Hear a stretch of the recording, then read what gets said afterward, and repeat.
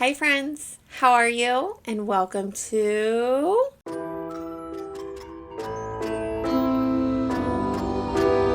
Crimes with Cole. So, hello. How are you guys doing today? I hope you guys are having an amazing day today. So, in today's case, we will be talking about how a mother and her two baby boys were attacked, supposedly. The police swear she staged it all and had selective evidence to back their claim up. If you haven't heard of this case, it is a case of Darlie Routier. And I'm not so sure if she set herself up for financial gains like the police proclaimed she did, or if she truly was attacked, because the lead detective in the case kept telling lie after lie during the trial. So you could see where there is a gray area that she has become lost in. So let's get into it and let me know what you think, because it's mind-boggling to me. If there's any one case that I ask you to please sit through, it would be this one, because I truly want to know if you guys believe that she was attacked, or would she have done what they claim she did? All right, here we go. Darlie Routier was married to a man named Darren. Now, the family all had D names. They're just one of those families, which is fine. My sister's like that. But it can sometimes get confusing, just so you know. Now, Darlie and Darren had 3 little boys named Damon, Drake, and Devin. The 5 of them lived in a beautiful home. Darlie stayed home with the boys during the day. She was a stay-at-home mom. On the night of June 6, 1996, Darlie had rang 911 frantically as someone had broken into her home and attacked her and her 2 boys. That night, Darren, the husband, had decided to go upstairs to put baby Drake to bed. And as soon as he put baby Drake to bed, he soon after got in bed himself and fell asleep. Darlie had been downstairs on the couch in the living room watching TV with her 2 boys, Damon, who was 5 at the time, and Devin, who was 6. She fell asleep on the couch, and when she awoke, she discovered her 2 boys had been stabbed by somebody. She jumped off of the couch to follow this intruder into the utility room, where she believed they were headed to gain access to their garage, with her neck draining blood from being slit. Her neck had been slit, and her arms were covered in bruises and cuts, but she was determined to find the intruder in her home. She saw the butcher knife the intruder had taken from her kitchen knife set lying there on the floor in the utility room right before you go into the garage. So she quickly grabbed it. She rang 911 telling them they've all been attacked and send someone quick. When the police and paramedics arrived, Devin was already gone, and Damon was barely holding on. He ended up passing away later in the ambulance as they transferred him to the hospital. Now, Darlie had a cut on her throat, arms, and bruising all up and down her arms, like black and blue bruising all up and down her arms, and was hospitalized for them as she had to have exploratory surgery on her neck wound. Come to find out, that neck wound was 2 millimeters from that main artery in your neck. So had that artery been hit, she would have, died within minutes, because she would have bled out instantly. Darren and Drake were unharmed as they were upstairs in the bedroom, and the intruder must have just not made it up that far. From the 911 call, this case has just been very controversial. Many would say the cops didn't do this, and that from the beginning, and then others would say Darlie, wasn't acting like the grieving mother that she should have been, so she must be guilty. Either way, both sides have had their flaws through this entire case. But during the 911 call, you can hear Darlie in the background screaming and hollering, where is the ambulance? Why is it taking them so long? Where are they? And you can hear her telling her little boy to hold on, that they're almost there. Just hold on a little bit longer.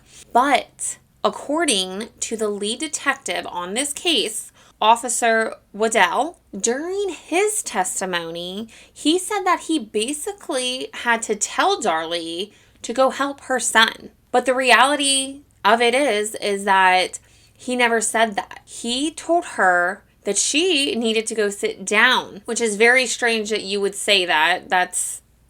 I don't know. That part just puts a bad taste in my mouth, because if he's going to lie about that and it's proven clearly through a 911 call, I'm just skeptical about everything else you have to say.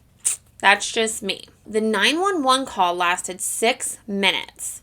And in the early stages of that call, Darren, the husband, testified that Darlie went into the kitchen to grab some hand towels to come back and put them, on her son's wounds to apply pressure to help stop the bleeding. The second detective arrived at the house, a man named Officer Walling. He says when he arrived, he noticed Damon still alive. Barely, but was still alive, just looking around the room, trying to find his parents.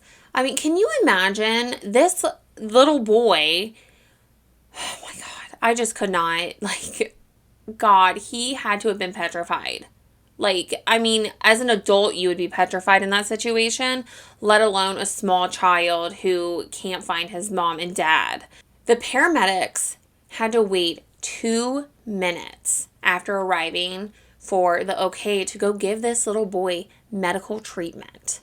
2 minutes is a long time. And if you think it isn't, go do a 2-minute plank or a 2-minute wall sit or jump rope for 2 minutes straight without stopping.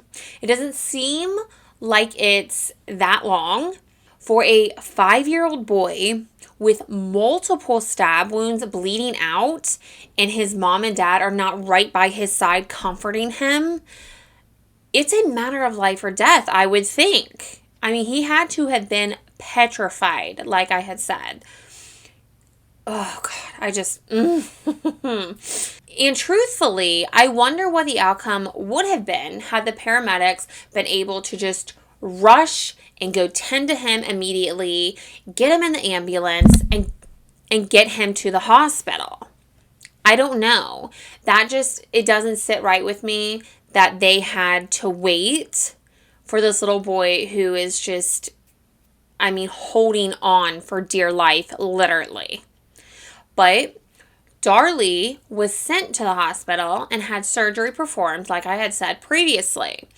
Now, after her surgery, she was sent up to her room where she was still heavily medicated on pain medication. She was given Demerol and Phenergan, which is kind of like morphine. They're in the same family, I believe. The effects are very similar, okay? And if you have never spoken to someone who has been on heavy pain medicine like that after surgery, or just kind of been around them, it's like, let me just say that they're not always with it. They're not always speaking with accurate information.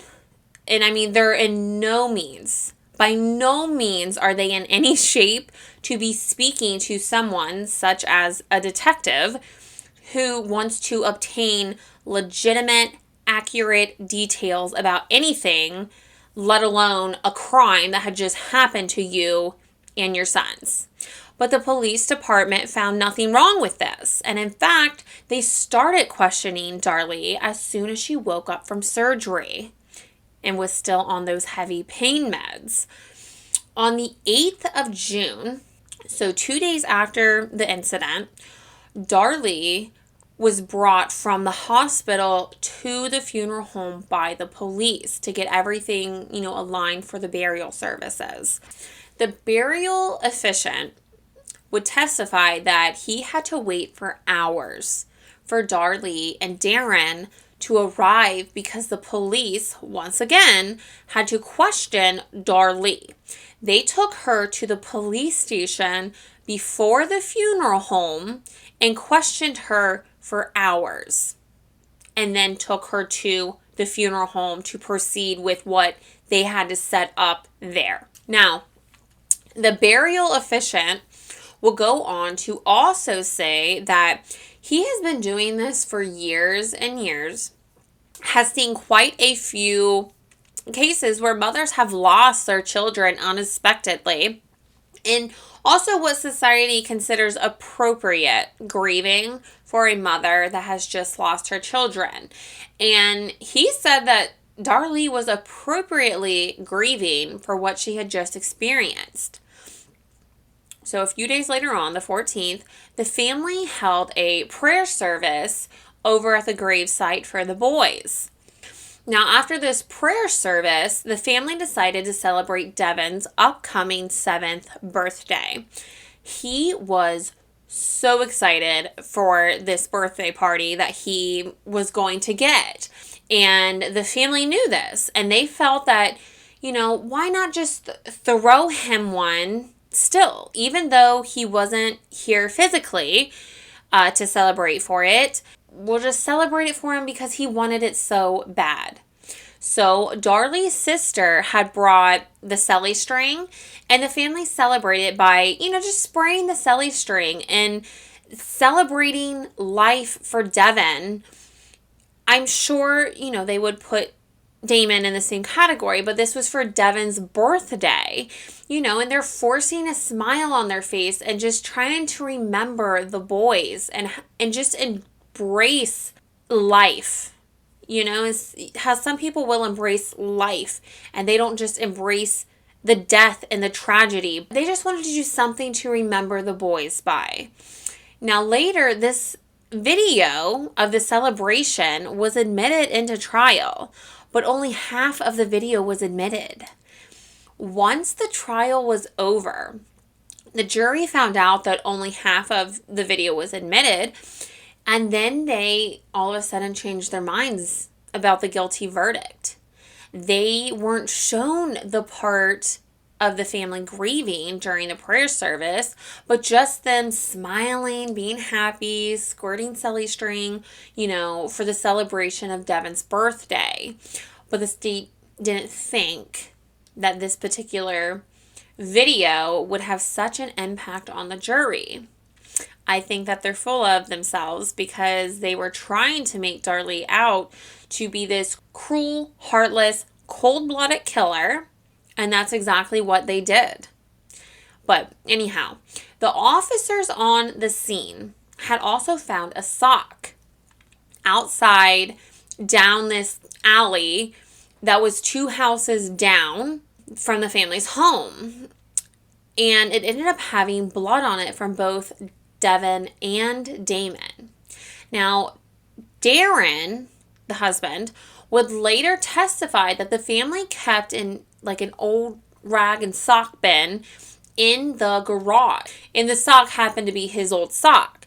But there was no blood around the sock. There was no blood leading to the sock. It was just the sock by itself lying 2 houses down near this alleyway and had blood on it from both the boys. On June 18th, Darlie was arrested on 2 counts of capital murder. However, The prosecution only proceeded with one count. It was a capital murder charge for Damon, not Devin. Damon was the younger one, and the prosecution figured, well, let's charge her with this. Because of his age, we can seek the death penalty. In Texas, if you are 5 or under, you can get the death penalty. Devin was 6, so they couldn't seek the death penalty for him. So that's why they wanted Damon. And if for some reason they lost and the jury found Darlie not guilty for killing Damon, they could go back and put her through the ringer again with the murder charge of Devin. How messed up is that? But that's our justice system for you. Now, during the trial, Darlie ended up changing her defense attorney, and her second attorney didn't seem to really have a great understanding of this case from every aspect, every angle. They just seemed to be missing a few dots connected, right? When they called on the practicing doctor that tended to Darlie's wounds when she arrived at the hospital that early morning, the prosecution was so fixated on the fact that Darlie was a 26, 27-year-old blonde woman who had breast implants, even though there were no wounds near that area of her body. Remember, it was her throat that had gotten cut. She didn't have any cuts on her chest. Now, why would this matter? Because the prosecution wanted everyone to believe that Darlie was a self-centered woman who was sick of her children and how demanding motherhood had become. But when the defense came back to ask the hospital nurses that took care of Darlie that early morning, a lot of them would say that she wasn't crying the way they thought she would. And she wasn't grieving. She wasn't emotional. She was just kind of like, I would say, in shock. But their notes that they had taken while they were tending to Darlie that night never confirmed this emotionless behavior they now all of a sudden are speaking of. It's weird. Now, I myself, I don't know what kind of notes that nurses make on patients, but I would assume if maybe a patient, let's say, is in shock, that they may put that in their notes to pass on to the next nurse that's coming along, on the next shift. Now, during the trial, it was later said that they felt Darlie had self-inflicted wounds. But if someone were to have been on top of her with a knife and she was sleeping on the couch, the bruising on her arms would be consistent with that story. But this theory was then challenged with the fact that maybe Devin did it.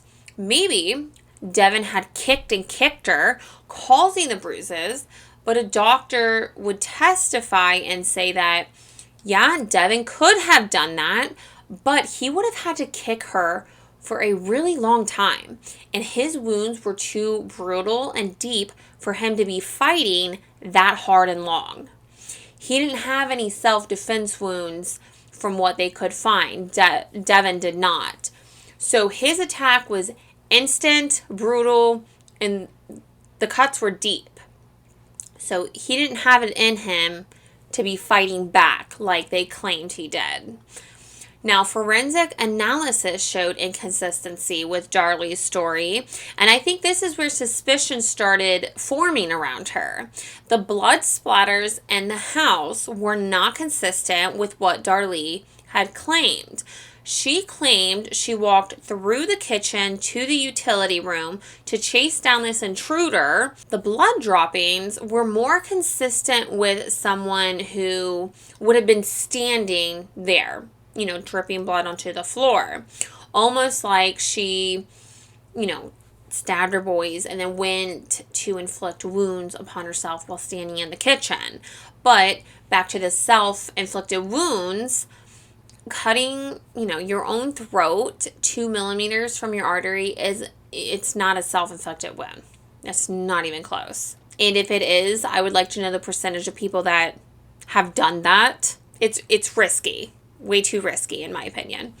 But the droppings looked like someone was standing still and not walking through the kitchen.